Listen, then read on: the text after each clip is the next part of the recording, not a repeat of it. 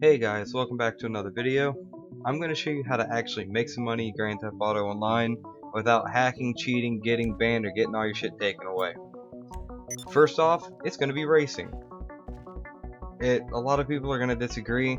Heists also are the best way, but it takes a lot of cooperation and sometimes a lot of failures depending on your team. So I'm going to show you some racing. First off, car selection.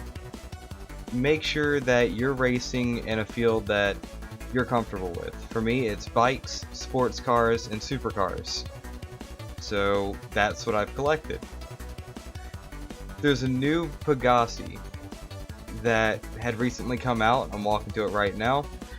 Has a 2.8 0 to 60 ratio, not the fastest car, okay?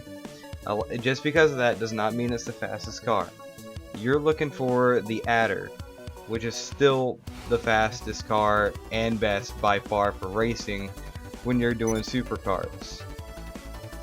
Now that I have that said, I'm going to go ahead and jump in this other car anyways, because I got some tips to give you before we actually get into a race, because you can't just get in and expect to win. You're going to lose, get upset, maybe leave. First off, you got to get adjusted to your car.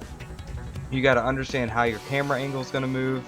You got to understand how your car is going to drive.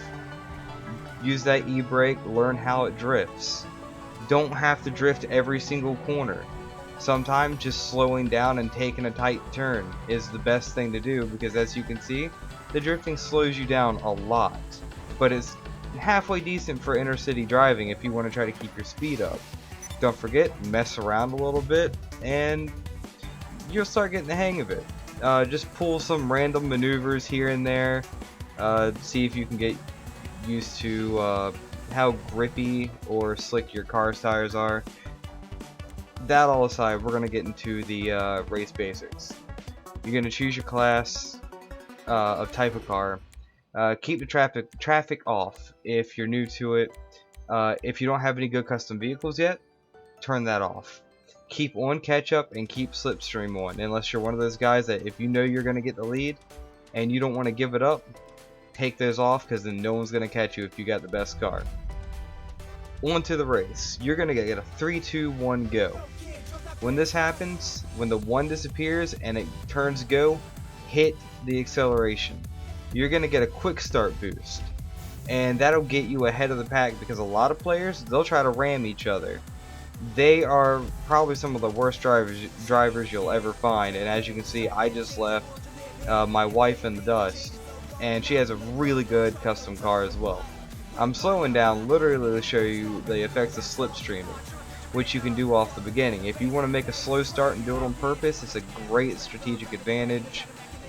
What you do on the start, you actually wait. You don't go when everyone else does. Then you go and you start slipstreaming off the back, and it'll boost you to your top speed within your first straightaway, most likely. When you're slipstreaming, do what I'm doing. Stay right behind them. Don't pass them on a turn unless it's a big wide one. Understand how they drive before you go whipping around them, or else next thing you know, you're being thrown over a wall and you're about to lose a lot of cash. I just want to give a shout out to Patton's Revolver. He's up in this next clip. I did a race with people just to show that these little tips and tricks do work here and there. Everyone that you're about to see, they're great people. Patton's Revolver especially, me and him, you're going to see at the very end of this race, we're really close and tight, slipstreaming each other, and we weren't trying to hit each other, knock each other off. We took our places, and I mean, it was a very respectable thing. Players don't do that. That's about all I have to say, other than the fact that as long as you're making bets on these races and you're winning, or you're betting on the winning player, you can be making upwards of like $20,000 and $30,000 for a couple minute race. So you guys watch, have fun, and I'll be back with more guides on how to make money or other tactics later on. Thanks for watching, guys.